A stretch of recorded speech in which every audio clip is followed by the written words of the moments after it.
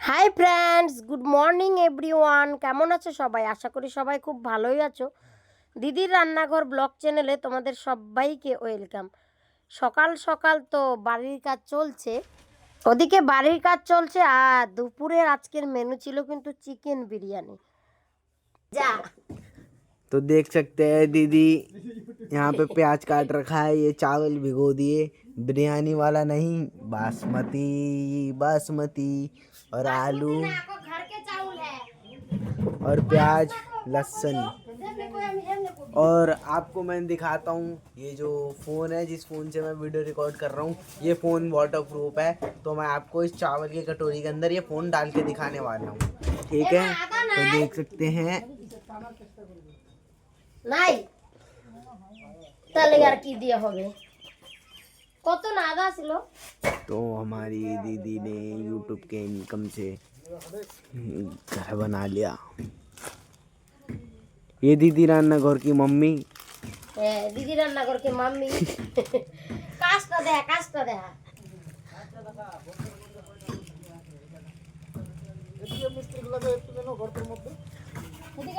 ভালো করে দেখা এর আগের ভিডিওতে তো দেখছিলে তোমরা যে ট্যাঙ্কিটাতে গর্ত করা হচ্ছিল, নেট পাতা হচ্ছিল, আর আজকে দেখো কতখানি গাঁথনি হয়ে গেছে। কাজ কিন্তু আমাদের তরতর করে এগিয়ে যাচ্ছে। মেন মিস্ত্রি আছে না ভাই, এই যে मेन मिस्त्री। এটাকে নে। तो हम जा रहे हैं दीदी रान्ना घर से मिलने। হ্যাঁ तो देखो तो आन खुला दियो अनेक दिला।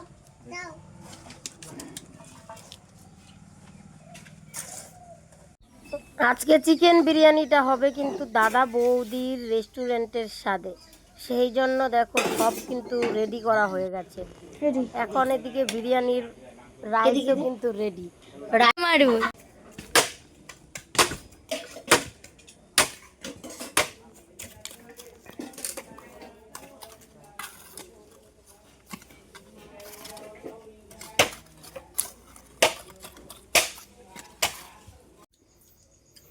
एकदम बहुत बढ़िया, एकदम 5 स्टार होटल जैसी है।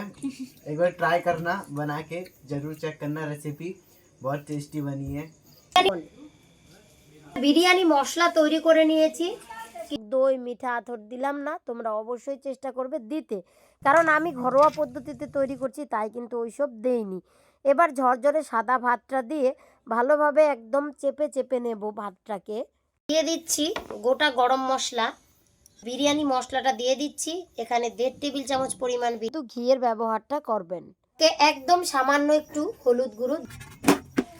আমাদের বিরিয়ানি কিন্তু হয়ে গেল। এইভাবে হালকা হালকা আনন্দ করে খাচ্ছি। আর তোমরা যদি এই বিরিয়ানির রেসিপিটা দেখতে চাও তো দিদির দেখো বিরিয়ানিটা দেখতে পারো, অলরেডি এরকম হয়েছে চ্যানেলে দাদা বৌদির স্টাইলে চিকেন ভেতরে কিন্তু লেগে যাওয়ার কোনো ব্যাপার নেই, এরকম কালার ছাড়াই দেখো কত সুন্দর হয়েছে কালারটা। আর বিরিয়ানি কিন্তু পরিবেশনের জন্য একদম রেডি। চলো তাহলে এবার পরিবেশন করা শুরু করি। রেস্টুরেন্টের কেনা বিরিয়ানির মতো দেখ। এখানে তোমরা শসা, গাজর, পেঁয়াজ সাজিয়ে পরিবেশন করতে পারো। আমরা শুধুমাত্র পেঁয়াজ সাজিয়েই পরিবেশন করছি। বিরিয়ানির চিকেনটা দেখো কতটা নরম হয়েছে, হ্যাঁ দেখো কতটা সফট হয়েছে, একদম দেখো সহজেই কিন্তু খুলে যাচ্ছে। আর আলুটাও কিন্তু কতটা সফট হয়েছে তোমাদের দেখাচ্ছি। গরম লাগছে তাই চামচটা দিয়ে কেটে দেখাচ্ছি। চামচটা তো যেই বড়। এখন কিন্তু কারোরই আর তর্স হয়েছে না, বিরিয়ানি কিন্তু আমাদের রেডি। ফ্লেভার শুনে একদম রেস্টুরেন্টের মতো বিরিয়ানি বাড়িতেই তৈরি করে ফেলেছিল দাদা বৌদি। রেস্টুরেন্টের স্টাইলে চিকেন বিরিয়ানি তৈরি করে। বিরিয়ানিটা সত্যি খুব ভালো হয়েছে বন্ধুরা, তোমরাও কিন্তু বাড়িতে ট্রাই করো। स्वादिष्ट एकदम, बहुत बढ़िया। তো এদিকে তো বাড়ির কাজ চলছে, দেখো কত দূর এগুলো কাজটা। অনেকটাই এগিয়ে গেছে, তরতর করে এগিয়ে যাচ্ছে। এই যে লেবার মিস্ত্রিরা কিন্তু ভীষণ ভালো, একদিনও কাজের কোনো গ্যাস দেয় না আর খুব সুন্দর যত্ন সহকারে কাজ করে। এখন তো ঠান্ডা ঠান্ডা সিজন পড়ে গেছে, তাই আজকে আমরা চিতই পিঠা বানাবো। চিতই পিঠা বানাচ্ছি খুব তাড়াতাড়ি। আমার কাকু, বাবা, আমি মানে আমাদের বাড়ির মোটামুটি সবাই বেশিরভাগ এই চিতই পিঠাটা পছন্দ করি। তো মূলা শাক আর লাউ এর তরকারি হচ্ছে ট্যাংরা মাছ দিয়ে, তো এর সাথেই চিতই পিঠাটা খাবো। চিতই পিঠাটা কিন্তু গ্যাসের ওভেনে তেমন ভালো হয় না, মাটির উনুনে খুব ভালো হয়। হ্যালো বন্ধুরা, মাটির উনুনে রান্নাঘর চ্যানেলে তোমাদের সবাইকে তৈরি করেছে কতগুলো চিতই পিঠা। আর এই চিতই পিঠাগুলো শুধু শুধু খাওয়া যায়, দারুণ ভালো লাগে ঠান্ডার আমেজে। অনেকেই আবার বানিয়ে খেতে অবশ্যই দিদি রান্নাঘর চ্যানেলটা দেখতে পারো। দিদি রান্নাঘর চ্যানেলে কিন্তু দেওয়া আছে শুধু চিতই পিঠা না, এই উনুনটাতে রান্না হচ্ছে বানানো হচ্ছে, সেই উনুনটা কিভাবে বানিয়েছি আরো আশা করি তোমাদের ভীষণ বন্ধুরা। পিঠা গুড নাইট এভরিওয়ান, আমরা এখন পিঠা খাচ্ছি আনন্দ করে, তোমরাও রেসিপি ফলো করে খাও। গুড নাইট এভরিওয়ান, সবাই ভালো থেকো, সুস্থ থাকো, দেখা হচ্ছে পরের ভিডিওতে। ততক্ষণের জন্য টাটা।